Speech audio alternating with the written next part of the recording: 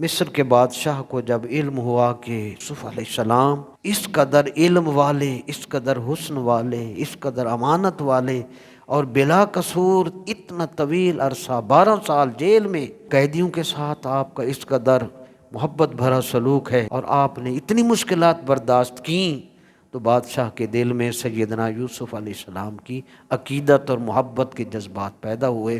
یوسف علیہ السلام کی رہائی کے لمحات قریب آئے۔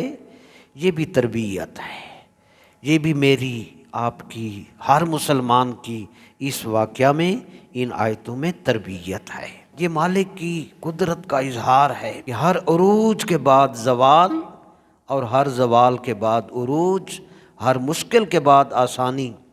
ایک وہ حالات تھے اور وہ اسباب تھے جن کی وجہ سے آپ جیل میں جا رہے تھے، اب وہ حالات اور اسباب پیدا ہوئے جن کی وجہ سے جیل سے باہر آپ تشریف لا رہے ہیں۔ تو اس لیے ہر سبب اور ہر حالت کے پیچھے اللہ کا حکم ہوتا ہے، اللہ کی مشیت ہوتی ہے، وہی ہوتا ہے جو منظور خدا ہوتا ہے۔